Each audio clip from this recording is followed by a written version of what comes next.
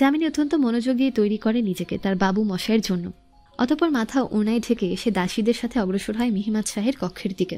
মেহমাদ শাহ আগামীকাল শহরে যাওয়ার জন্য কাগজপত্র প্রস্তুত করতে ব্যস্ত। প্রহরী এসে জানায়, জমিদার নবাব শাহ বেগম চন্দ্রমল্লিকা এসেছেন, আপনার সাথে সাক্ষাৎ করতে চাচ্ছেন তিনি। তাকে বলো আমি ব্যস্ত। বলতে বলতেই থেমে যায় যুবক। এই নারীটাকে কেন যেন সে প্রত্যাখ্যান করতে পারে না। প্রতিবারই গোপনে দীর্ঘশ্বাস ফেলে প্রবেশ করার অনুমতি দেয়। দরজা খোলা হয়। ধীর পায়ে প্রবেশ করে রমণী। দরজা আটকানোর শব্দে মেহমাদ শাহ চোখ তুলে তাকান।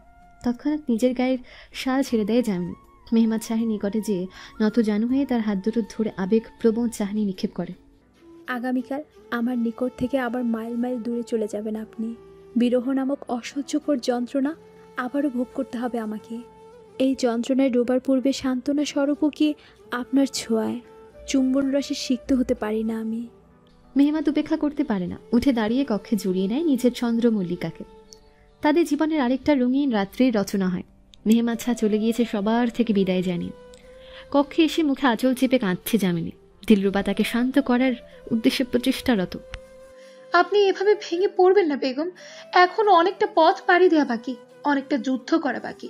এই সামান্য কথায় অশ্রুর মতো দামি মুক্তদানার বর্ষণ করলে অচিরেই ব্যথার মুখ দর্শন করতে হবে। যামিনীর হৃদয় যন্ত্রণা আজ কথার বাণীও হ্রাস পাচ্ছে না, তীব্রতর হচ্ছে বটে। এমন সময় দরজা খুলে ভেতরে ঢুকেন মোর্শেদা খাতুন। কি ব্যাপার, তুমি এভাবে কাঁদছো কেন চন্দ্রমল্লিকা? তোমার কি কোনো অসুবিধা বোধ হচ্ছে? কোনো অসুবিধা হলে আমাকে এখনই জানাও।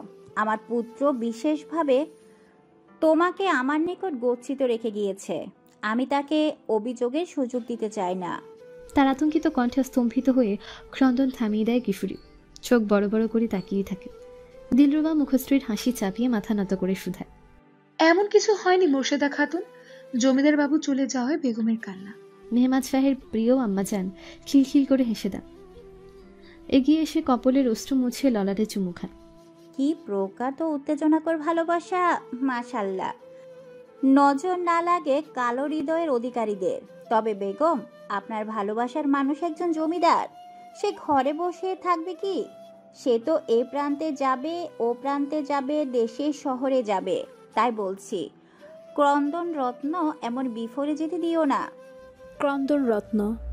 জিজ্ঞাসু দৃষ্টি যামিনী। একগাল হাসেন মোর্শেদা খাতুন। কন্যাটা যে বড়ই অনঘ, নিষ্পাপ, নির্মল এই জমিদার বাড়ির জন্য। নারীদের জন্য সময় পরিস্থিতির সাপেক্ষে ক্রন্দন শুধু অনুভূতিরই প্রকাশই হয় না, হয় মূর্খেরও হাতিয়ারও সবার ভাবনার উদ্দেশ্যে। এইসব এখন থাকুক, নিজের মন বাহিকতা শুধরাও। জমিদার গিন্নিদের এভাবে মানায় না। সামান্য শহরে গেলে কাদার কিছু নেই। আবার তো তোমার কামরাতেই ফিরবে, তাই না? জি বেগম, মোর্শেদা খাতুন একদম ঠিক বলেছেন। এবার একটু হাসি ফোটার মুখমণ্ডলে। মাথা ঝাঁকিয়ে সায় জানেই যামিনী। ভাবুক গলায় বলে, আচ্ছা দিলরুবা, তুমি কখনো শহরে গিয়েছো? শহর কেমন হয় তো দেখতে? তবা তবা, কি যে বলেন না বেগম, আমরা সাধারণ গ্রামবাসীরা আবার শহরে যেতে পারি নাকি? হ্যাঁ, জানেন না গ্রামবাসীদের ওপর অভিশাপ তো আছে, শেরপুরের বাইরে না যেতে পারে। যারা যারা এই গ্রাম ত্যাগ করে শহরের উদ্দেশ্যে বের হয়েছে, ৩-৪ দিন পর তাদের সবার লাশ পাওয়া গিয়েছে সীমানায়। কেউ তো জীবনের ভয়ে বহু অর্থের সুযোগ পেয়েও এই দুঃসাহস দেখাবে না কখনোই। শঙ্কায় আত্মা কম্পিত হয় রমণীর। ভীত চিত্তে মুখ খুলে, কি বলছে এসব দিলরুবা? বাবু মশাই তো সবে শহরের উদ্দেশ্যে বের হলো, তার কোনো ক্ষতি হবে না তো? না না বেগম, তার কেন ক্ষতি হবে? জমিদার বংশের সকলেই তো আল্লাহর বিশেষ রহমত প্রাপ্ত। তাদের কখনো কোনো বিপদ বা বাধা আসেনি শহরের পথে। এই অভিশাপ তো শুধুমাত্র সাধারণ মানুষদের উপরই। অদ্ভুত অভিসম্পাত, মর্যাদার ভিত্তিতে পরিণাম পরিবর্তন। নীরব হও উভয়ে। আচমকায় ধমক দিয়ে ওঠেন মোর্শেদা খাতুন। তাকে যেন বিচলিত হতে দেখতে পেল যামিনী। অবাককর লাগলো বিষয়টা। হয়তো অসামঞ্জস্যপূর্ণ আচরণ করে ফেলেছেন, তিনিও বুঝতে পারছেন। তাই ঠোঁট ভিজিয়ে মৃদু হেসে উপদেশ দেন, আসলে জোহরের আজান দিবে একটু বাদে। তবে এখনো স্নান নেওনি চন্দ্রমল্লিকা। তাই বলছিলাম, জোহর সালাতের পরই ভোজনশালায় এসে পড়বে পরিবারের সদস্যরা। তাই দিলরুবা, গল্পগুজব বাদ দিয়ে বাকি দাসীদের নিয়ে চন্দ্রমল্লিকার জন্য হাম্মামখানা প্রস্তুত করো। হ্যাঁ বধূ ইশারা করে দিলরুবা। তিনি বিদায় জানিয়ে বেরিয়ে যান। যামিনীর অদ্ভুত লাগছে বাড়িকে, সবকিছুই কেমন যেন বেমানান, রহস্য ঘন, ছদ্মবেশী। বাগানে বসে শরবতের স্বাদ নিতে নিতে গধূলি লগ্ন উপভোগ করছে যামিনী। তার মনোরঞ্জনে বাধা দান করে একজন দাসী এসে উপস্থিত হয়, জানায়, বেগম চন্দ্রমল্লিকা আপনাকে অতি শীঘ্রই তার কক্ষে উপস্থিতি হতে আদেশ করেছেন বেগম লুৎফান্নেসা। প্রতিটা কোষ কোষ কম্পিত হয় যামিনীর। শঙ্কিত সে, কি হতে চলেছে তার সাথে। তীব্র ভীতি নিয়ে বেগম লুৎফুন্নেসার কক্ষের দুয়ার এসে দাঁড়িয়েছে যামিনী। প্রহরী তাকে দেখে খবর দিতে কামরার অভ্যন্তরে গমন করে। বেগম চন্দ্রমল্লিকা, আপনাকে বেগম লুৎফুন্নেসা ভিতরে প্রবেশ করতে বলছেন। দুয়ার খুলে দেওয়া হয়। দুরু দুরু কম্পিত হৃদয় নিয়ে কক্ষের গহীনে প্রবেশ করে যামিনী। কক্ষের থেকে একটা কাঠের দেয়ালের সহায়তায় পৃথককৃত পার্শ্বে নরম শিমুল তুলার গদি ও বড় ঝো পায়া আসবাব বসানো বৈঠকের সুবিধার্থেই হয়তো। সেখান থেকে ডাক দিয়ে ওঠেন বেগম লুৎফুন্নেসা। চন্দ্রমল্লিকা, এদিকে আসো মেয়ে। যামিনী ধীর পদক্ষেপে আভিজাতিক চিহ্ন বহনকারী নারীটার সম্মুখে এসে দাঁড়ায়। জোরপূর্বক হাসি ফুটিয়ে ঝুঁকে বলে ওঠে, আসসালামু আলাইকুম দাদিজান, আপনি ডেকেছিলেন শুনলাম। ডেকেছিলাম অবশ্যই। কি করব বলো কন্যা, তুমি আমার পৈত্রের ললাটে লেপিত কলঙ্ক, এমন কলঙ্ক যা আমার সিংহ সদরে গ্রহণ করেছে। যতই হোক, বিবাহ তো সম্পন্ন হয়েছে। এমন একটা পরিস্থিতি আমি চাইলেও এই কালিমা মুছতে পারবো না। যেহেতু আমার সিংহের স্ত্রী হয়েছ, এখানে থাকবে, তার সঙ্গ দেবে, সুস্বাস্থ্যবান উত্তম ও সুন্দর শাহজাদি ও শাহজাদকে দুনিয়াতে আনবে। কিন্তু ভুলক্রমে এই বাড়ির পুত্রবধূ কিংবা জমিদারনি হওয়ার স্বপ্ন বুনো না, অন্যথায় তোমার এই স্বপ্ন আমি আয়নার ন্যায় ভেঙে চুরমার করে দিব। যামিনী নীরব, নত আঁখি অশ্রুতে টইটুম্বর। কি বলেছি বুঝতে পেরেছ কন্যা? আমার কিন্তু তোমার থেকে কোনো সমস্যা নেই। তুমি হিন্দুত্ব সংস্কৃতে বড় হয়েছ বা কৃষ্ণরাঙা বা বংশ পরিচয়হীনা, তা নিয়ে আমার কোনো রূপ প্রশ্ন নেই। তোমার একটাই ত্রুটি, তোমার মাঝে ওই কূটনীতিক দীক্ষা শিক্ষা, বুদ্ধি, বিচক্ষণতা, দক্ষতা ও সম্ভ্রান্ত তন্ত্র নেই, যা রেশপুরের জমিদারনির হতে প্রয়োজন। এবার চোখ উঠিয়ে বেগম লুৎফুন্নেসার পানে তাকায় যামিনী।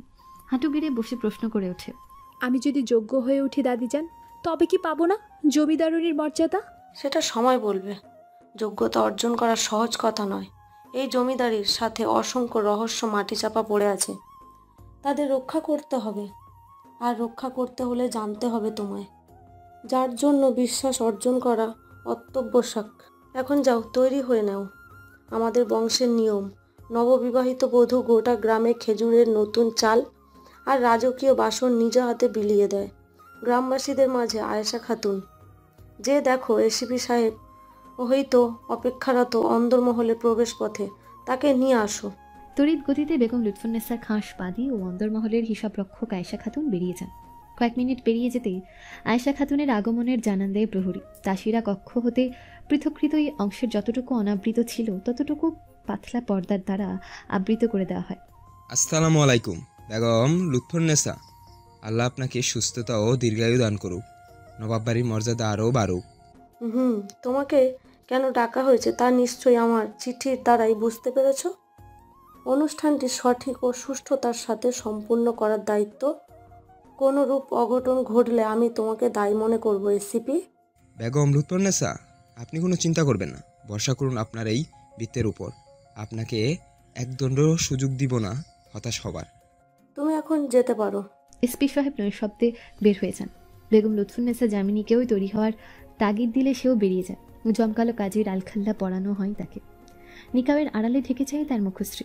মাথায় পরানো জমিদার মেহমাদ শাহের দেওয়া জমিদারনির মুকুট। নিজেকে আয়নায় দেখে নিজেই যেন আশ্চর্যান্বিত হয়ে যাচ্ছে যামিনী। কে জানতে কৃষ্ণকায়া অভাবে বড় হওয়ার রমণী জীবনের এক অধ্যায় এমন পর্যায়ে চলে যাবে যে সেই দুহাতে দান করবে জনসাধারণের উদ্দেশ্যে। আলহামদুলিল্লাহ, আলহামদুলিল্লাহ, কি আনন্দ দিলে তুমি আমায় আল্লাহ। সম্পূর্ণ মর্যাদা না পাই, আজ সকলের চোখে জমিদারের স্ত্রী হওয়ার মর্যাদা তো পাচ্ছি, সামনে ইনশাল্লাহ সব কিছুই পাবো। মনে মনে আল্লাহকে বারবার শুকরিয়া জানাচ্ছে রমণী। তবে সাধু জানে তার উদ্দেশ্য অপেক্ষারত পরিস্থিতি মঙ্গলকর না মঙ্গলকর। অন্দরমহলের সদর দরজার দিকে দিলরুবার সাথে হাসাহাসি গল্পগুজবে মেতে এগিয়ে যাচ্ছে যামিনী। তখনই সদর দরজার সম্মুখে হাসি মাখা মুখশ্রী নিয়ে দাঁড়ানো মানুষটাকে দেখে গম্ভীর হয়ে যায় যামিনীর মুখশ্রী। অভিনন্দন বেগম চন্দ্রমল্লিকা। শুনলাম আজ আমাদের বংশে রীতি পালন করতে যাচ্ছ। কি অদ্ভুত না যামিনী বেগম, কিছুদিন আগে ছিলে সেই জনসাধারণ চাষাদের একজন, আজ বেগম হয়ে গিয়েছ কোনো যোগ্যতার বিনাই। আজ আর মেহিনুরের তিক্ত বাণী বিনা কোনো শব্দের উচ্চারণে গলধকরণ করতে পারে না যামিনী, বরং মিথ্যে হাসি দেয়। কি করব বলেন শাহজাদি, ভাগ্য বলেও একটা বিষয় আছে। এই যেমন আমার ক্ষেত্রে দেখেন না, কোনো প্রচেষ্টা যোগ্যতা রূপ ছাড়াই শাহের হৃদয় ও সাম্রাজ্যের ধর্মীয়ভাবে এবং সামাজিকভাবে একমাত্র সাম্রাজ্ঞী আমি। আর কেউ কেউ তো যোগ্যতা, বংশপরিচয়, শিক্ষা, শত প্রচেষ্টার পরও ব্যর্থ। তাদের হস্তশূন্য হৃদয় ঈর্ষার আগুনে পরিপূর্ণ। মেহনুরের তেজস্বী মুখশ্রী রাগের উত্তাপে দগ্ধিত হতে দেখা যায়, যদিও অন্তরালে দেখার যথাসম্ভব প্রচেষ্টা। যামিনী এই দৃশ্য দেখে সাহারা মরুভূমির মাঝে জমজমের জল পানি নিয়ে তৃপ্তি পেল। একজন দাসী এসে উপস্থিত হয় ঘটনাস্থলে। আসসালামু আলাইকুম বেগম চন্দ্রমল্লিকা, আপনার বাহন প্রস্তুত করা হয়েছে, এখন যাত্রা করার জন্য একদম তৈরি। চলো দিলরুবা, যাওয়া যাক। নবাব মহলে ফেরার পর হুজুর অথবা শিক্ষিকার নিকটে যেয়ে আমার জন্য পানিতে ফু দিয়ে এনো। আজকে অনেকের হৃদয় পূর্বে হিংসার অনলে আমার না অনিষ্ট হয়ে যায়। দিলরুবা বুঝতে পেরে চাপা হেসে উত্তর দেয়, অবশ্যই বেগম, কথাই আছে, হিংসা ও প্রশান্তি কখনোই একসাথে থাকতে পারে না। সুতরাং আপনার অনিষ্ট কামনাকারী যে শতভাগ একজন অশান্তিপূর্ণ মানুষ। মেহনুর আর সেখানে স্থির থাকে না। অপমানের বিপরীতে হৃদয়ে পুঞ্জীভূত তীব্র আক্রোশে হনহন করে নিজের দাসীদের নিয়ে স্থান ত্যাগ করে যামিনীর পালকে ওঠে। যাত্রা শুরু হয় রহমতপুরের উদ্দেশ্যে। তার পালকি ঘেরাও করে রেখেছে 50-এর অধিক দেহরক্ষী এবং পুলিশদের গাড়ি। অবশেষে ঘণ্টা দুখানেকের ভ্রমণের অন্তেই গন্তব্যে পৌঁছায় রমণীর পালকি। দিলরুবাও অন্য একজন দাসী নেমে পর্দা সরিয়ে হাত এগিয়ে দেয় নামার সুবিধার্থে। যে গ্রামে ছেলেবেলা থেকে ঘৃণ্য দৃষ্টি ও অবজ্ঞাসূচক বচনের মাঝে বেড়ে ওঠা তার, সে গ্রামে আজ জমিদার দিন বেশি পা রাখছে। সে নিচে নামতেই প্রায় প্রতিটা গ্রামবাসী একই সুরে বলতে শুরু করে, জয় বেগমের জয়, জয় নবাব বাড়ির জয়। এসপি সাহেবের পথ প্রদর্শনে দিলরুবার সঙ্গে সবার সম্মুখে এসে দাঁড়ায় যামিনী। একে একে সকলেই আসতে শুরু করে। মুখে তেজস্বিনী হাসি নিয়ে খাদিমদের ধরে রাখা সিন্দুক থেকে একে একে সকলকে অন্ন ও বস্ত্র তুলে দেয় যামিনী। আপনাকে সুখী করুক আল্লাহ বেগম, শত সৌর্যের ন্যায় তেজস্বী সন্তানের জননী করুক। আল্লাহ আপনাকে নেক হায়াত দান করুক বেগম। নবাবের সাথে আপনার সম্পর্ক সাদা আনন্দ ও সুখ ভরে থাকুক। সবাই নিজেদের মতো হৃদয়ে শান্তি দান করার মতো দোয়া করছিল রমণীর উদ্দেশ্যে। কারো কারো কথার তৃপ্তি পেয়ে সে তার গায়ের অলংকার খুলে দিয়ে দেয়। কিন্তু সবার মাঝে এমন ওনার আড়ালে লুকায়িত একজন তার নিকট আসে। ত্রাণ হাতে তুলে নিয়ে শুধায়, চাল চুলোহীন ঘুটে করিনীর ভাগ্যে রাজপুত্র মানায় না, রক্ত মানায়, মৃত্যু মানায়। বিপরীতে কোনো শব্দ উচ্চারণের পূর্বেই তার কৃষ্ণ চামড়া ভেদ করে ঢুকে পড়ে তীক্ষ্ণ ছুরি। মুহূর্তের লাল রক্তে ভেসে যায় তার অঙ্গ। হইচই পড়ে যায় জনসমুদ্রে। ভিড়ের মাঝে হারিয়ে যায় সেই মুখোশধারী মানুষটা। তবে এই কি যামিনীর অন্ত ছিল? যামিনী শুভ্র ঘরে শুভ্র বিছানায় শায়িত। ঘরের দ্বারে দাঁড়িয়ে দরদর করে ঘামছেন এসপি সাহেব। বেগম লুৎফুন্নেসার নিকট ইতোমধ্যে খবর পাঠিয়ে দিয়েছেন। গর্দান না যাই তার এই অসতর্কতার কারণে।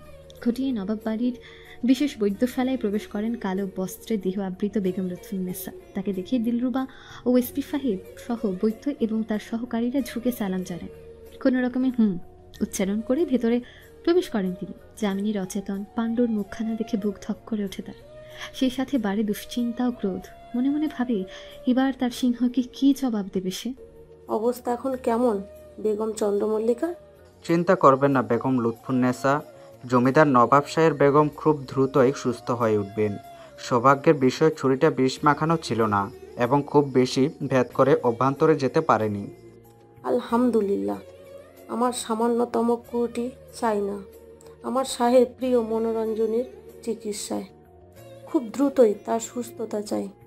আমার সিংহ এই নবাব বাড়ির চরণ ফেলার পূর্বেই যেন এই ক্ষতের নাম ও চিহ্ন মিলিয়ে যায়। ইনশাআল্লাহ বেগম লুৎফুন্নেসা, আমি আমার সর্বোচ্চ দিব। আপনি নিশ্চিত থাকুন। এখন বেগমকে ওষুধ দেওয়ায় ঘুমিয়ে আছেন, তবে অচিরে উঠে যাবেন। আরেক দফা পর্যবেক্ষণ করে নিলেন যামিনীর প্রাণ শক্তি শূন্য হয়ে পড়ে মুখমণ্ডল। কক্ষ থেকে বের হয়ে ক্রুদ্ধ দৃষ্টিতে নিক্ষেপ করলেন এসপি সাহেবের উপর। পুরুষটার দৃষ্টির নত লজ্জিত ভঙ্গিমা। সামান্য একটা অনুষ্ঠানের দায়িত্ব দিয়েছিলাম তোমাকে এসিপি, তাও সামলাতে পারলে না। আর তুমি কিনা দায়িত্ব নিয়ে বসে আছো শেরপুরের থানার নবাব বাড়ির রহস্য রক্ষার। আজ থেকে তুমি চাকরিচ্যুত হলে, চাকরিচ্যুত। বেগম, চুপ, একদম চুপ। আমি তোমার মুখ থেকে একটা শব্দ শ্রবণ করতে চাই না। আয়েশা খাতুন, চলো। এসপি সাহেব ভেবে পাচ্ছেন না কি করবেন তিনি। এই চাকরি তার কাছে সোনা, ডিম পাড়া মুরগি, বই কি কিছুই না। এ যোগ্যতায় মাসিক বেতনই 3 লক্ষ মুদ্রা। যেহেতু বেগম লুৎফুন্নেসার মুখমণ্ডল থেকে যেহেতু এই বাণী উচ্চারিত হয়েছে, তাই আর চাকরি বাঁচানোর সম্ভাবনা শূন্যের কোঠায়। তবু শেষবার একটা সুযোগ নিতে চান তিনি। তাই সকলের আড়ালে যে পকেট থেকে বের করেন জাদুকরি বাক্সটা। শাহজাদি মেনুর, শুনেছেন জমিদার বাড়িতে চলমান গুঞ্জন? শাহজাদি মেহিনুরের বিশেষ দাসী রত্না আনন্দ ও উত্তেজনাপূর্ণ মন নিয়ে কক্ষে ঢোকে। সে তখন নিজের প্রিয় হরিণের গোশত খেতে ব্যস্ত। ওহো রত্না, এত কি খুশির খবর জেনেছ যে এমনভাবে উত্তেজিত হয়ে ঘুরে বেড়াচ্ছে? একটু সবর করো, শান্ত হও, তারপর জানাও। আরে শাহজাদি, সংবাদই এমন। আপনিও প্রাণোচ্ছল সতেজ হয়ে পড়বেন। ওই চন্দ্রমল্লিকার ওপর হামলা হয়েছে অনুষ্ঠানে। বৈদ্যশালায় অচেতন হয়ে পড়ে আছে এখন। একদম ঠিক হয়েছে। খুব শখ ছিল বাদী থেকে বেগম হওয়ার। তড়িৎ গতিতে শাহজাদি মেহিনুর আহার করা থামিয়ে দেন। স্তব্ধতার চাহানি, ভঙ্গিমা। কি বললে রত্না? আবার বলো তো মেয়ে, আমি কি ভুল শুনলাম? না আমার শাহজাদি, আপনি একদম ঠিক শুনেছেন। নবাবের কর্ণ আঁকিতে পর্দা লাগানো নারীর ধ্বংস হয়ে গিয়েছে, ক্ষত বিক্ষত। তাহলে আমি এখানে কি করছি? আমার নারীটিকে দেখতে যেতে হবে। না না, সবকিছুর পূর্বে নানিজানের কামরায় যাওয়া লাগবে। কথাগুলো বলতে বলতে উঠে দাঁড়ায় মেহিনুর। রত্না আচমকিত হয়। অপ্রিয় রমণীর প্রতি এত কিসের দরদ বোধগম্য হচ্ছে না। প্রশ্ন করার সুযোগও পায় না সে। তার পূর্বেই উত্তরীয় গায়ে জড়িয়ে কক্ষের দোয়ার খুলে বেরিয়ে যায় শাহজাদি। পেছন পেছন সেও যায়।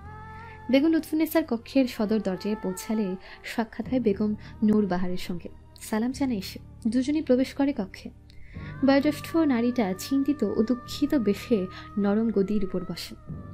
আসসালামু আলাইকুম সুন্দরী শ্রেষ্ঠা বেগম, আল্লাহ আপনাকে সুদীর্ঘায়ু করুক। আমিন। ওয়ালাইকুম আসসালাম। তোমরা এ ওয়াক্তে? নানিজান, শুনলাম বেগম চন্দ্রমল্লিকার উপর নাকি হামলা হয়েছে। বেশ লাগলো হৃদয়। আহারে, এইটুকু মেয়েটা, তাই খবর নিতে চলে আসলাম। কেমন আছে সে? সুসংবাদী, চন্দ্রমল্লিকা ঝুঁকি ও বিপদ মুক্ত। তবে কন্যার মুখশ্রী একদম ফ্যাকাশে হয়ে গিয়েছে।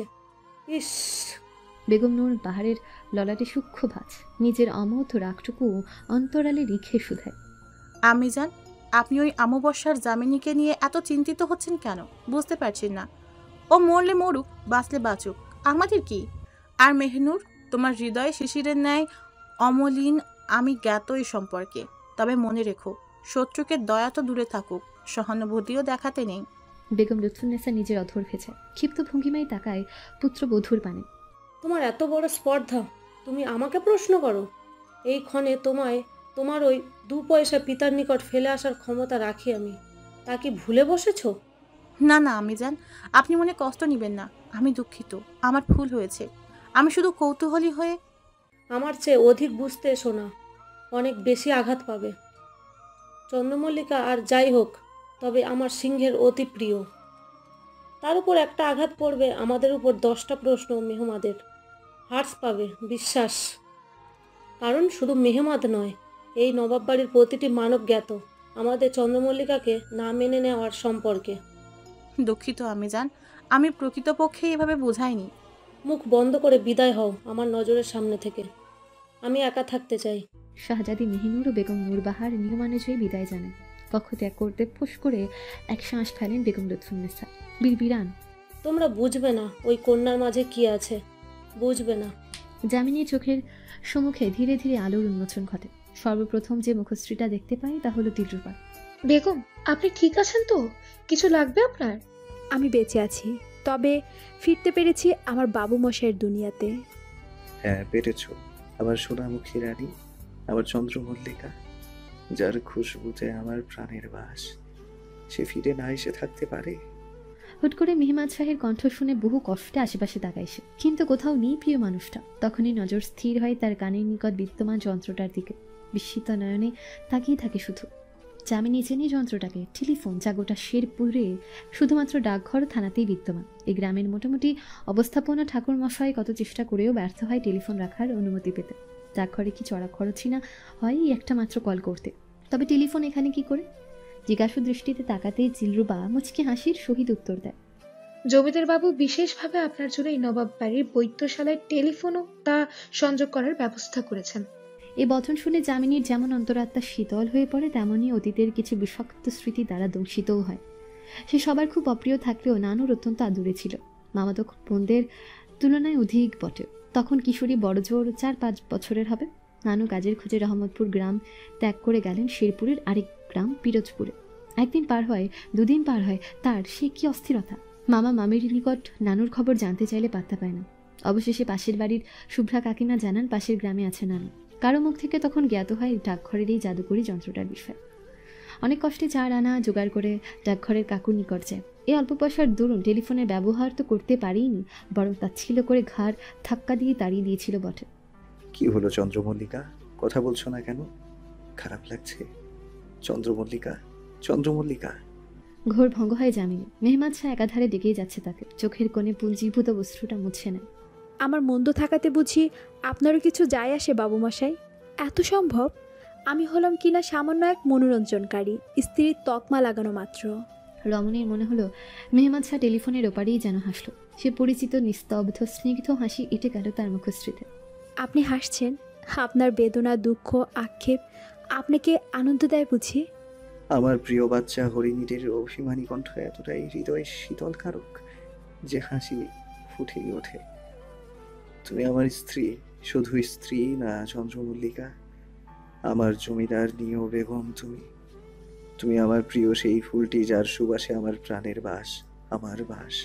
যুবকের প্রেমময় বাণীতে মুহূর্তে গলিত অভিমানের হয় যামিনীর অভিমানের বরফ।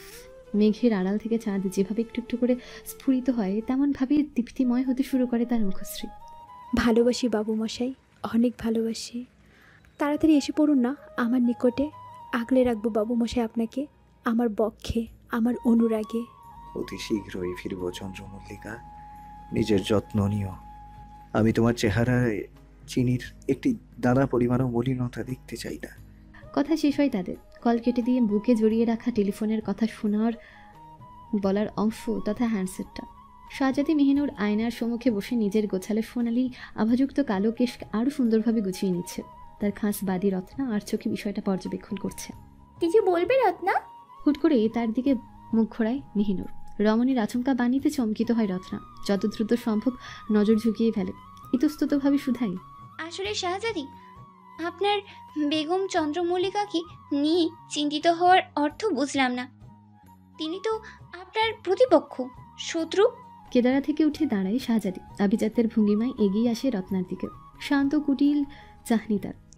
এত চিন্তা শক্তি, বিচক্ষণতা, কুটিলতা যদি তোমার মাঝে থাকতো, তবে তুমি না শাহজাদি হতে, অথবা তা না হলেও নিজের জায়গা করে নিতে এই মহলে। এই গোটা নবাব বাড়ি জানে চন্দ্রমল্লিকার প্রতিপক্ষ আমি। নারী যান কখনোই নিজের রীতির বিরুদ্ধে যে নির্দোষ এক নারীকে আঘাত করবেন না। তাকে এবং আমাকে ছাড়া এই কার্য সম্পাদনের ক্ষমতা উদ্দেশ্য কারণে। আর একটা কথা হলো, জমিদারি ও জমিদারের হৃদয় চাইলে প্রজা ও জমিদারের চোখে শ্রেষ্ঠ থাকা অতি আবশ্যকীয়। আমি নিজের এই সামান্যতম সময় ও পদক্ষেপের দ্বারা তাই করেছি। বাহ বাহ, এই না হলে আমার প্রতি যোগ্যবধূ! কি বুদ্ধি, কি তেজ, কি রূপ! মাশাআল্লাহ, নজর যেন না লাগে কারো। কথাগুলো উচ্চারণ করতে করতেই কক্ষে প্রবেশ করেন বেগম নূরবাহার। তিনি মূলত শাহজাদি মেহিনুরের সঙ্গে যামিনীর বিষয়ে আলোচনা করতে এসেছিলেন। এখানে এসে কক্ষের দরজার কাছাকাছি আসতে মেহিনুরের কণ্ঠস্বর শ্রবণগত হয়। নিশ্চুপ হয়ে সবটা জানতে স্থির হয় তিনি। মামি যান, আপনি কোনো প্রয়োজন হলে আমাকে ডাকতেন। আপনার সেবায় তুমি সর্বক্ষণ নিয়োজিত। কি আদব আর শিক্ষা আমার চন্দ্রিমার নূরের! আমি তো কি না কি ভেবে বসেছিলাম। এই নবাব বাড়িতে নিজের জায়গা রাখতে হলে জাহান নামের ন্যায় নির্দয় আর সরিষার দানা পরিমাণ দয়া থাকতে হবে। আমার চাঁদনি কন্যা তো আমার চেয়েও বুঝতার। একদম নিজের নানি যান বেগম লুৎফুন্নেসার ন্যায় হয়েছ বুদ্ধি, কুটিলতা, সৌন্দর্যে। জাজাকাল্লাহ খাইরান মামি যান, অনেক অনেক ধন্যবাদ আপনাকে। সব আপনাদেরই দোয়া। এর মাঝে দরজায় করাঘাত করে প্রহরী। অনুমতি প্রবেশের অনুমতি দেয়। একজন দাসী প্রবেশ করে ঝুঁকে সালাম জানায়। আসসালামু আলাইকুম শাহজাদি মেহনুর ও বেগম নূরবাহার। আপনাদের বেগম চন্দ্রমল্লিকার কামরায় উপস্থিত হওয়ার হুকুম জারি করেছেন বেগম লুৎফুন্নেসা। উভয় সম্ভ্রান্ত নারীর চেহারায় কেমন একটা অদ্ভুত চাহনি ফুটে ওঠে। হাতের ইশারায় দাসীকে কক্ষ ত্যাগ করতে পারে। যামিনীকে ঘণ্টাখানেক পূর্বেই তার কক্ষে ফিরিয়ে আনা হয়েছে। সে কপালে হাত রেখে বিচার বিবেচনায় ব্যস্ত। বৈদ্যশালা থেকে একসাথে আসা দাসী তার দিকে ছোট্ট বাটিতে বিদ্যমান ওষুধটি এগিয়ে দেয়। বেগম, আপনার ঔষধ সেবনের সময় হয়েছে, কষ্ট করে পান করে নিন। ক্ষুব্ধ দৃষ্টি নিক্ষেপ করে কিশোরী। মারতে চাও আমাকে কন্যা? হত্যা করতে বিষ সেবনের প্রচেষ্টা করছো? তওবা তওবা বেগম, আমি কল্পনাতেও এটা চিন্তা করতে পারি না। এই মিছে কালিমা আমার ললাটে লেপন করবেন না বেগম। আমার আল্লাহ জানে আমার সত্য। এতই সত্য? তুমি পান করো ওষুধই, তবে তুমি প্রথমে। দাসীটা নীরব। তা দেখে আরো ক্রোধান্বিত হয় যামিনী। কি হলো, পান করো। কেঁপে ওঠে নারী। তড়িৎ গতিতে 1 চামচ ওষুধই পান করে নেয় সে। তাকে অক্ষত দেখে নিরাপদ বুঝে শান্ত হয়ে পান করে নেয় পানীয়টা। তিক্ত স্বাদ পেতে মুখখানা কুচকে যায়। ঠিক তখনই দ্বার খুলে দেয় প্রহরীরা। অভ্যন্তরে প্রবেশ করেন বেগম নূরবাহার ও বেগম লুৎফুন্নেসা। সবার শেষে শাহজাদি মেহনুরের আগমন হয়। আসসালামু আলাইকুম দাদিজান। তাদের দেখে উঠে দাঁড়াতে চাই যামিনী, তবে ক্ষতের জন্য সক্ষম তো হয় না। যন্ত্রণায় কোকিয়ে উঠে বটে। বেগম লুৎফুন্নেসা তা দেখে গম্ভীর গলায় বলে ওঠে, ওঠার প্রয়োজন নেই, তুমি শান্ত হয়ে বসো, ব্যস্ত হওয়ার কিচ্ছু নেই। জি দাদিজান। তা শরীরের অবস্থা কেমন এখন? সুস্থ বোধ করছো? পূর্বের তুলনায় ভালো বোধ করছি দাদিজান। দাসী, কন্যার মুখ এমন শুকনো ফ্যাকাশে কেন?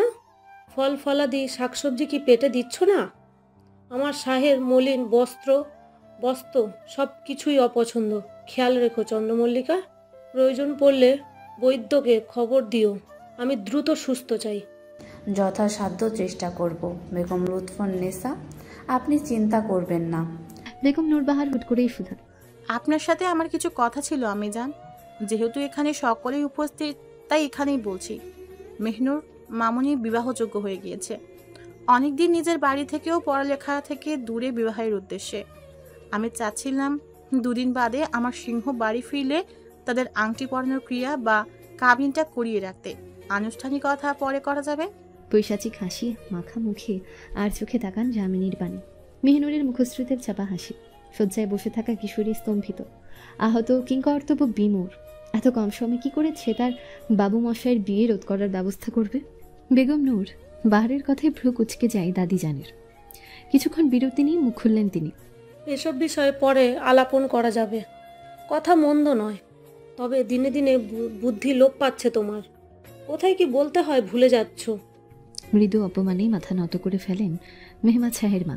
শাহজাদি মেহনুর সতেজ কণ্ঠে প্রস্তাব রাখে, এখন আমাদের কামরার বাইরে যাওয়া উচিত। বেগমের চেহারার যে দশা হয়েছে তার একটু একাকিত্ব ও আরাম করার প্রয়োজন। আমরা যাচ্ছি চন্দ্রমল্লিকা, নিজের খেয়াল রেখো। দাসীরা, আমি অতি দ্রুত সুস্থতা চাই, চেষ্টা নয় ফলাফল চাই আমার। যথা আজ্ঞা বেগম। যামিনী ব্যথিত দৃষ্টিতে দেখে 3 শক্তিশালী নারীর কক্ষ ত্যাগ করা। তাদের চালচলন আর পদচারণাতেও কি ঈর্ষণীয় আভিজাত্যের ছোঁয়া। দিলরুবা, আমাকে উঠতে সাহায্য করো, আমি বসতে চাই। জি। উচ্চারণ করেই দিলরুবা ও তার সেবায় নিয়োজিত দাসীরা তাকে আধশোয়া অবস্থায় স্থির করে। যামিনী চোখজোড়া বন্ধ করে ফেলে হৃদয়ের আর্তনাদে। চোখের সম্মুখে কল্পনায় এঁকেই দিতে থাকে তার মস্তিষ্ক মেহমাদ শাহ ও মেহিনুরের কাছাকাছি অবস্থান করার দৃশ্য। অনাকাঙ্ক্ষিত ও অতি অপ্রিয় এই দৃশ্যের দর্শনে না বলে চিৎকার করে ওঠে রমণী। তার কৃষ্ণকায়া ঘর্মাক্ত হয়ে উঠেছে। পূর্বে দিলরুবা এগিয়ে এসে তাকে আঁকড়ে ধরে। কি হয়েছে বেগম চন্দ্রমল্লিকা? খারাপ লাগছে আপনার? পানি দেব বেগম? দাসী, পানি আনো। শান্ত হন বেগম চন্দ্রমল্লিকা, শান্ত হন। ঘোর ভাঙে কিশোরীর। যত্ন করে পানি পান করিয়ে দেয় দিলরুবা। শান্ত হয় সে। আমি একা থাকতে চাই দিলরুবা, দাসীদের চলে যেতে বলো। যামিনীর খাস বাঁধিয়ে দিলরুবা তা জানার কথা সকলের, তাই তার ইশারা পেয়ে স্থান ত্যাগ করে দাসীরা। তারা যেতে যামিনী মুখে হাত চেপে কেঁদে দেয়। বিড়বিড়ায়, এত কষ্ট সহ্য করে এত দূর আসার পরও কেন আপনিও আমার থেকে আপনিকে ছিনিয়ে নিচ্ছেন বাবু মশাই? না হয় কৃষ্ণবর্ণই আমি। তবে আপনাকে ভালোবাসতে তো লবণের কণা পরিমাণও ক্ষিপণতা করিনি। দিলরুবা শুনতে পারে, নিজেও দুঃখিত হয় প্রিয় মনিব তথা বেগমের এই রূপ বেদনায়। এমন সময় দরজা খুলে হুড়মুড়িয়ে কক্ষের ভেতর প্রবেশ করেন কেউ। যামিনী দরজার দিকে চোখ তুলে তাকালে ভেসে ওঠে গুলবাহার খাতুনের মুখশ্রী। তার পেছন পেছন প্রহরীরাও অভ্যন্তরে প্রবেশ করেছে। এখানে কি হচ্ছে? আমার কক্ষে এভাবে কোনো কথা ছাড়া প্রবেশ করার মতো অন্যায় করার স্পর্ধা দর্শন আদব কি ভুলে বসেছো নাকি? নিজ কষ্ট, হতাশা, যন্ত্রণা ও এমন অসামঞ্জস্যপূর্ণ পরিস্থিতি মিলিয়ে অনেকটা রাগান্বিতই হয়ে ওঠে যামিনী। ভীতগ্রস্ত হয় প্রহরীরা। দুঃখিত বেগম চন্দ্রমল্লিকা, আমরা চেষ্টা করছিলাম বাধা দানের। উনি আমাদের কথা না শুনে দরজা খুলে ভেতরে ঢুকে পড়েন। আঙুলের ইশারায় তাদের যেতে আদেশ করে কিশোরী। তারা গমন করলে কঠোর চাহনি নিক্ষেপ করে গুলবাহার খাতুনের উপর। আপনার সমস্যাটা কোথায় খাতুন? বারবার কেন আমাকে উত্ত্যক্ত করতে চলে আসেন? আমারও ধৈর্যের সীমা আছে, নিজেকে সামলে রাখুন, নয়তো আমি বাধ্য হব কোনো ব্যবস্থা গ্রহণে। আজও তার কঠোর চাহনি ও রাগান্বিত কণ্ঠ পারে নাই মধ্যবয়স্ক নারীটাকে দমাতে। তার গা দুলানো হাসিতে প্রমাণিত হতে হয় যামিনী হুমকি ও কৌতুক রূপ গুলবাহার খাতুনের নিকট। ওহে রমণী, আগে নিজের স্থান সামলাও, নিজের স্বামীকে নিজের করার ব্যবস্থা করো, পরে চেষ্টা করো আমার কোনো ব্যবস্থা করার। নিজের স্বামীকে সন্তুষ্ট করার ক্ষমতাটুকু তো তোমার কাছে নেই, নারীত্বের অভাব পড়ো। ক্রোধানলে পুড়ে ছারখার হয়ে যায় যেন রমণীর চিন্তা শক্তি। একজন পুরুষকে গভীরভাবে আঘাত করার সবচেয়ে শ্রেয় স্থান যেমন তার পুরুষত্ব, তেমন নারীকে গভীরভাবে আঘাত করতে চাইলে তার নারীত্বের প্রশ্ন তোলাই যথেষ্ট। সামান্য খাতুন তুমি, তোমার সাহস কি করে হয় নারী আমার দিকে আঙুল তোলার? কি করে? ক্রোধের সজ্জার ডান পাশের ছোপায়ে বিদ্যমান ঔষধে পরিপূর্ণ গোয়ালটা ছুঁড়ে মারে গুলবাহার খাতুনের দিকে। তিনি হয়তো প্রস্তুতি ছিলেন এই পরিস্থিতির উদ্দেশ্যে, তাই তো অতি সহজে রক্ষা পান আঘাত পাওয়া হতে। রাগে উত্তেজনায় শ্বাস প্রশ্বাস বেড়ে গিয়েছে যামিনীর। আগে হতে ঠপঠপ করে পতন হচ্ছে অশ্রু। গুলবাহার খাতুন এগিয়ে আসেন তার দিকে, তবে হেলে তুলে না, বেশ স্থির স্থির ভাবে। চেহারায় কোনো খাপছাড়া ভাব না, গাম্ভীর্যপূর্ণ চাহনি তার। যামিনীর কপল মুছে ধীর কণ্ঠে শুধায়, রাগে যে তেজটা আমাকে দেখিয়েছো, তা এই নবাব পরিবারকে দেখাও। মনে রেখো, তুমি এই পরিবারের কারো থেকে কোনো অংশে কম নয়। নবাবের স্ত্রী তুমি, জমিদারনি। অশ্রু, কষ্ট, হতাশাকে অনলে রূপান্তর করো। অগ্নিতে পরিপূর্ণ তেজস্বিনী হও, সূর্যে নেয়। শাসন করতে না জানলে কিন্তু শাসক হওয়া যায় না। শেষ কথাটা মৃদু হেসেই বলেন বয়োজ্যেষ্ঠ মানবীটা। দেহ ঘুরিয়ে নৈশব্দে কক্ষ থেকে বেরিয়ে যান। যামিনী অদ্ভুত দৃষ্টিতে পর্যবেক্ষণ করে নারীটাকে। সে আজও স্থির হতে পারল না একটা বিষয়, তা হলো এই নারীটা তার পক্ষে না বিপক্ষে। 3 দিন পেরিয়েছে, যামিনীর ক্ষত এখন প্রায় পুরোপুরি শুকিয়ে গিয়েছে। বেশ ভালোও বোধ করছে সে, তবে আজকে একটু বেশি আনন্দ উৎফুল্লতা তার মাঝে। মেহমাদ শাহ নাকি আজ সন্ধ্যার শেষ প্রান্তে বাড়ি ফিরবে বলে খবর রটিয়ে গিয়েছে গোটা মহলে গতকাল বিকেল হতে। কানে এসেছে কিশোরীরও, এর জন্যই মুখশ্রীতে এমন লাল আভা, এমন সতেজতা। স্নান করে ফজরের সালাত আদায় করে দিলরুবা ও নিজের অন্যান্য দাসীদের নিয়ে বাগানে ভ্রমণ করতে বেরিয়েছে সে। বাগানে প্রবেশ করতে মহাপরিচারিকার সাথে পুনরায় সাক্ষাৎ। শিকার দালান থেকে মানববাড়িতে আগমনের পর একবারও দর্শন পায়নি নারীটির। আসসালামু আলাইকুম বেগম চন্দ্রমল্লিকা, আল্লাহ আপনাকে দীর্ঘ আয়ু দান করুক, সুখী রাখুক। ধন্যবাদ। এবং জাজাকাল্লা খায়রান মহাপরিচালিকা, আপনার তো সাক্ষাৎই পেলাম না এখানে আসার পর থেকে। কোথাও গিয়েছিলেন বুঝি? হ্যাঁ, আমার একমাত্র জীবিত আত্মীয় চাচাজানের কিছুদিন পূর্বে মৃত্যু হয়েছে, তাই একটু পিরোজপুর গিয়েছিলাম। তবে বেগম, আপনি এত সকাল সকাল এখানে কি করছেন? কোনো কিছু প্রয়োজন হলে দাসী বা খাদিমকে বলতেন। আসলে ঘরে বসে থাকতে দম বন্ধ হয়ে আসছিল, বিষণ্ণ লাগছিল, তাই একটু খোলা বাতাসে ভ্রমণ করতে এসেছিলাম। ভালোই হলো আপনি এসেছেন, আমার একজন সঙ্গী বাড়ল। আসুন বেগম, আপনাকে আজ বাগানে নবাবের প্রিয় অংশটুকু দেখাই। অবশ্যই মহাপরিচারিকা। দিলরুবা, যামিনী ও মহাপরিচারিকা বিভিন্ন গল্পগুজবের মাঝে এগিয়ে গেল। কথা বলতে বলতে বাগানের একপার্শ্বে অবস্থিত একটা বিশেষ ধরনের ঘরের সম্মুখে দাঁড়ালেন মহাপরিচারিকা।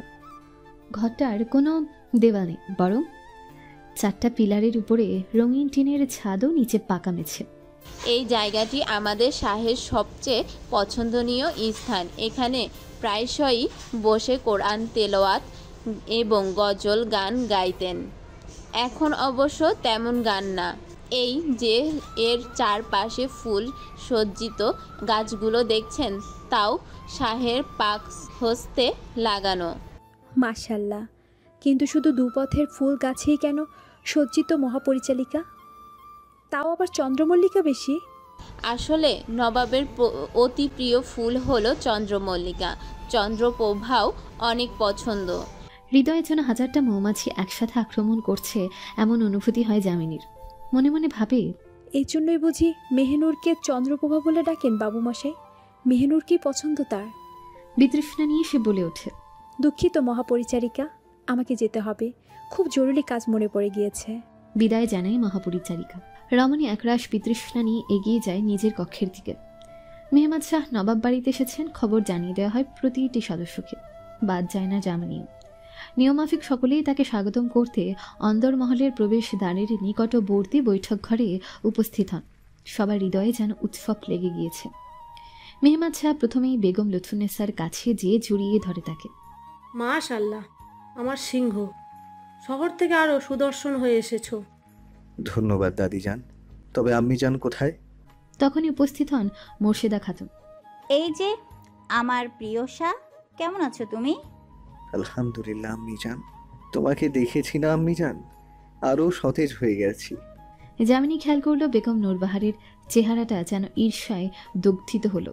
এরপর একে একে জমিদার সকলের সাথে সাক্ষাৎ করে যামিনীর ছোট্ট শীর্ণ ও হস্তখানা নিজ হস্তে নিয়ে নিজের কক্ষের দিকে অগ্রসর হলো। শাহজাদি মেহিনুর হাসি মুখে দেখল তাদের কামরায় গমন। তারা দৃষ্টির বাইরে চলে যেতেই চোখ মুখ কুচকে গেল তার আক্রোশে। কক্ষে প্রবেশ করেই মেহমাদ শাহ আষ্টে পৃষ্ঠে জড়িয়ে ধরল তার চন্দ্রমল্লিকাকে। কালো কেশের মাঝে মুখমণ্ডল গুজে লম্বা এক প্রশ্বাস নিল, যেন শুষিয়ে নিচ্ছে রমণীর দেহের সকল সুবাস। আপনি কেন চলে যান বারবার আমাকে ছেড়ে বাবুমশাই? আপনি হিনা আমি একদণ্ড স্বস্তিতে থাকতে পারি না। আপনি তো জ্ঞাত এ সম্পর্কে। কি করবো চন্দ্রমল্লিকা, তোমার প্রিয়তম যে একজন জমিদার, তাকে যে তোমার ভালোবাসার দগ্ধিত হওয়া ছাড়া আরো হাজারো কার্য সম্পাদন করতে হয়। আমিও তো বড্ড প্রাণ শক্তি হারা হয়ে পড়ি তোমার খুশবু নিজের মাঝে না পেয়ে, হয়ে পড়ি নিস্তেজ। তবে এটাই জীবন, এভাবেই থাকতে হবে। জানি তো, তবুও বড্ড লাগে আপনার বাচ্চা হরিণীর বুকের মাঝখানটায়। যাকগে, স্নান করবেন না? আজ আপনাকে আমি নিজ হাতে স্নান করিয়ে দেব। কোনো রকমে উচ্চারণ করে যামিনী ললাটের সিক্ত স্পর্শ অঙ্কন করে দেয় মেহমাদ শাহ। তাদের গভীর ভালোবাসার সাক্ষী হয় কামরার প্রতিটা নির্জীব উপাদান। রমণীর খুব করে ইচ্ছে করছে শাহজাদি মেহিনুরের কথা উঠাতে, বিবাহ বন্ধনের আবেদন করতে।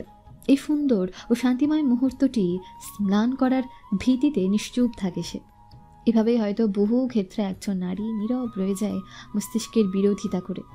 স্নান করে কক্ষে ফেরার পর ক্রন্দনরত যামিনী মেহমাদ শাহের বক্ষে লুটিয়ে পড়ে। যুবক হুটহাট কান্নার কারণ অনুধাবন করতে না পেরে প্রশ্ন করতে শুরু করে। কিশোরী করুণ কণ্ঠে বলল, আপনি আমার সবচেয়ে প্রিয়, তার চেয়েও অধিক প্রিয় আপনার ভালোবাসা। এই ভালোবাসার ভাগ আমার পক্ষে কাউকে দেওয়া সম্ভব নয়। কেন এই দ্বিতীয় বিয়ের মতো আঘাত দিচ্ছেন আমাকে? এই বিবাহের সংবাদ যে আস্ত এক অজগর সর্প হয়ে নিংড়ে ফেলছে আমাকে। মেহমাদ শাহ চুপ করে থাকে। যামিনীর শঙ্কিত হৃদয়। প্রতিবারের নেই এবারও কি তার বাবু মশাই রেগে যাবে তার উপর? তৎক্ষণাৎ মেহমাদ শাহ নিজের পক্ষ হতে দূরে সরিয়ে দিল যামিনীকে। কানের নিকট নিজের মুখমণ্ডল এগিয়ে নিয়ে বিরস কণ্ঠে বলল, তোমার স্বভাব হয়ে গিয়েছে সুন্দর মুহূর্তগুলোকে নিজেরা অশ্রু নামক অগ্নিতে ভস্ম করে দেয়ার। আমাকে নিজের অধীনস্থ বা অধিকারে ভাববার ভ্রান্তি ভাঙাও, না হলে খুব কষ্ট পাবে, খুব। অশ্রুসিক্ত নয়ন যুগল তুলে তাকায় রমণী নিজের প্রিয়তমের দিকে। যুবক তার চিবুক ধরে মুখশ্রী উঠিয়ে শক্ত বিরস একখানা চুমু খায় ললাটে। নিঃশব্দের সজ্জায় যে কপালে হাত রেখে চোখ জোড়া বদ্ধ করে ফেলে। যামিনী সেখানে দাঁড়িয়ে এক দৃষ্টি দেখে পুরুষটাকে। না কোনো স্বপ্নমের সৌন্দর্যের অধিকারী নয় মেহমাদ শাহ। শুভ্র নয় কোমল হলদে উজ্জ্বল বর্ণের কায়া, উজ্জ্বল শ্যাম বর্ণই বলা কাম্য। লম্বাটে কঠোর ও বুদ্ধিদীপ্ত মুখশ্রী, তীক্ষ্ণ নাক, মৃদু গোলাপি অধর জোড়া, চাপ দাড়ি, লোম ও চুল কালো হলেও কিছুটা সোনালি আভা স্পষ্ট। তবে তার সবচেয়ে আকর্ষণীয় বৈশিষ্ট্য হলো তার মোহনীয় ব্যক্তিত্ব ও সসম্মোহনী চোখ জোড়া। আনমনি যামিনী বিড়বিড়ায়, কি মায়াবী ও কোমলতা মুখশ্রী, অথচ হৃদয়খানা আস্ত এক পাথর যামিনীর আগমনে। নিজের অস্ত্রগুলো মুছে নিয়ে পরনের ভেজা পোশাক বদলে সাধারণ উত্তরীয় গায়ে জড়িয়ে নেয় নিদ্রা গমনের উদ্দেশ্যে। যদিও সে জ্ঞাত এই ক্ষণে তার নিদ্রা প্রাপ্তি হচ্ছে না। শাহজাদি মেহনুর ও বেগম নূরবাহার রঙ্গশালায় বসে আছে। শুধু তারা কেন, নবাব বাড়ির অন্দরমহলে বসবাসকারী সকল খাদিম, দাসী, সদস্যগণ উপস্থিত। বেগম লুৎফুন্নেসা এই রজনীতে মেহমাদ শাহের আগমনের আনন্দ উদযাপনে আজ উৎসবের আয়োজন করেছে। তবে হাস্যকর বিষয় হলো, বেগম লুৎফুন্নেসা, মেহমাদ শাহ উভয় নেই। মাঝখানে অন্দরমহলের কিছু মেয়েরা স্বতঃস্ফূর্তভাবে দফ ও খঞ্জনি বাজাচ্ছে, গানের সুর তুলছে, গাইছে, নৃত্য পরিবেশন করছে। কাবাব, শরবত, বাদাম, খেজুর ও পাটিসাপটা পিঠা সহ বিভিন্ন পিঠার আয়োজন করা হয়েছে। সবার হৃদয়ে উল্লাস, উৎসবে রং লেগেছে। গল্পগুজব, মানবীদের কলরবে মেতে গিয়েছে গোটা রঙ্গশালা। অনেকদিন পর যে অন্দরমহলে উৎসব হচ্ছে। আমার ঘরে কোনো এক পাখি বসত করে যায়, ধরতে গেলে দেয় না ধরা, করে কে উপায়? আখের কোণে পাখির বাসা, নিরে থাকে এই মোর আশা, পাখি ফিরে যেন চাই, আশা ছিল মনে মনে, বাদ্য বাসা ঘরের কোণে, আমার আশার মুখে ছাই, আমায় ছেড়ে পাখি যেন কখনো না যায়। গানটা যেন বড় বেশি হৃদয়ে গেঁথে গিয়েছে মেহনুরের। রমণীর বাল্যকাল হতে একমাত্র স্বপ্ন মেহমাদ শাহ এই শেরপুরের জমিদারনির পদবী। সবকিছু পরিকল্পনা অনুযায়ী চললে আজ মেহনুর বেগম হতো। কোনো মানমর্যাদা যোগ্যতাহীনা জামিনী নয়। অজান্তে এক ফোঁটা নোনা জল গড়িয়ে পড়ে অধরের উপর। বিড়বিড়ায়, আপনি আমার স্বপ্ন নয়, জীবনের লক্ষ্য আপনি শাহ। আপনাকে আমার হননি তো কি হয়েছে, ভবিষ্যৎ কে জানে। ছলে বলে কৌশলে হোক, আপনাকে মেহনুরুর বক্ষেই ফিরতে বাধ্য করব আমি। মোর্শেদা খাতুন, এসব কি গান বাজাচ্ছে যুবতীরা? আনন্দোৎসব, একটু মন মাতানো গান গাক, সুর তুলুক, আমার পছন্দের গীতটা বাজাতে বলুন। যথাজ্ঞা বেগম। কোনো প্রয়োজন নেই, যা চলছে চলতে দাও। আমার সিংহ এখনো আসেনি। মেহনুর, যাও আমার সিংহকে ডেকে আনো। বলতে বলতেই শিমুল তুলার নরম ও নিচু গদিতে এসে বসেন তাতিজান। মোর্শেদা খাতুনও শাহজানি বসে পড়েন নিজ স্থানে। ঘোর ভাঙে শাহজাদি। শাহজানি উঠে রওনা হয় মেহমাদ শাহের কামরার উদ্দেশ্যে। বেশ পুলকিত ও তুষ্ট হয় সে। বহুদিন ধরে প্রিয় পুরুষটাকে হৃদয় ভরে দর্শন করতে পারে না, আজ করবে নিদ্রার সুযোগ নিয়ে। পরিবারের সদস্য হওয়ায় খুব ভালোভাবে জ্ঞাত যুবক যাত্রা শেষে স্নান নিয়ে গভীর তন্দ্রায় তলিয়ে যায়। আজও নিশ্চয়ই এর বিপরীত কিছু হবে না। কক্ষের দ্বারে এসে ভেতরে ঢুকতে নিলে প্রহরীরা বাধা দান করে। অগ্নিদৃষ্টি নিক্ষেপ করে মেহনুর, এই ভুল করে স্পর্ধা কি করে হয়? দুঃখিত শাহজাদি মেহনুর, জমিদার নবাব শাহের আদেশ, কেউ যেন কামরায় প্রবেশ না করে। আমি কোনো কেউ নই, আমি শাহজাহাদের মেহনুর, এই বংশের অংশ। শাহজাহাদি আমার বিরোধিতা করা মানে গোটা নবাব বংশের বিরোধিতা করে। এখন সরো আমার পথ থেকে, সরো। প্রহরীরা ভীতগ্রস্ত হয়ে সরে যায়। উৎফুল্ল হৃদয়ে দরজা খুলে অভ্যন্তরে প্রবেশ করে, কিন্তু শয্যার দিকে দৃষ্টি ফেলতেই তার তিক্ততা ও বিতৃষ্ণাতে শ্বাসরুদ্ধকর অনুভূতি হয়। চক্ষুর সম্মুখে মেহমাদ শাহের বক্ষে সর্পের ন্যায় লিপ্টে আছে যামিনী। বিশাল ক্ষতে চিৎকার করে ক্রন্দন করতে চায় তার হৃদয়। নিজেকে সামলে বুকে পাথর ও মুখে আঁচল চেপে বেরিয়ে যায়। প্রহরীদের বলে যায় তাদের জমিদার নবাব শাহকে উঠাতে। রঙ্গশালায় যাওয়ার গোটা পথ যেন তার নিকট বিভীষিকাময় হয়ে উঠেছে, অন্ধকারাচ্ছন্ন ভীষণ। সে নিজের ভর সামলাতে না পেরে পড়ে যেতে নিলে তাকে ধরে ফেলে কেউ। চোখ উঠিয়ে তাকিয়ে দেখে আতঙ্কিত হয়ে দাঁড়ানো বেগম নূরবাহার।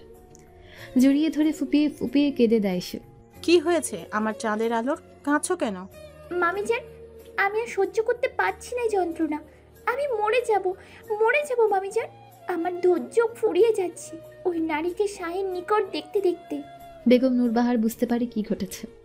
মস্তিষ্কে এঁকে নেয় এক সামনের পদক্ষেপগুলো। করাঘাতের শব্দে নিদ্রা ভঙ্গ হয় যামিনীর। তার পরনে শুধু ফিনফিনে পাতলা কাপড়ের উত্তরীয় বস্ত্র। তাই আর দরজা খোলার জন্য অগ্রসর না হয়ে নিজের কণ্ঠের ব্যবহার করাই উত্তম মনে করে। কে, কি জন্য ডাকা হচ্ছে? আসসালামু আলাইকুম বেগম। বেগম লুৎফুন্নেসা সংবাদ পাঠিয়েছে জমিদার নবাব সাহেবকে রঙ্গশালায় যেতে। সেখানে জমিদারের আগমনে উৎসবের আয়োজন করা হয়েছে। ঠিক আছে, আমরা তৈরি হচ্ছি। এবার নিজের প্রিয়তমের পানে তাকায় যামিনী। শান্তশিষ্ট ও দিন দুনিয়ার জ্ঞানহীন এক শিশুর ন্যায় তন্দ্রায় ডুবে সে। এই তন্দ্রা ভাঙানোর ইচ্ছে জাগছে না তার, তবু উঠাতে তো হবে। বাবু মশাই, আর কত ঘুমাবেন? উঠেন না কষ্ট করে। দাদিজান ডাকিয়েছ তো আপনাকে। জাগ্রত হয় মেহমাদ শাহ। শয্যা ত্যাগ করে উঠে দাঁড়ায় সে। দাসী বা খাদিমদের ডাকাও, মিনারকেও, আমি তৈরি হব। মৃদু ক্রোধে ঠোঁট ফুলিয়ে যামিনী শুধায়, আমি তো এখানে স্থির আছি। কৃষ্ণদেহের রং বলে কি এই কামরা আলোতে হারিয়ে গিয়েছে, না আপনার আখির দুতিতে, যে আমাকে দেখেও দেখছেন না বাবা মশাই? বাবা, কি বিশাল ভৎসনা তিরস্কার আমার উদ্দেশ্যে চন্দ্রমল্লিকা। আমার হরিণী যেন আজকাল আমাকেই সিংহী হয়ে আক্রমণ করতে প্রস্তুত। এত না রাগ দেখিয়ে সোজাসুজি তো বলতে পারো তুমি আমায় তৈরি করতে চাও।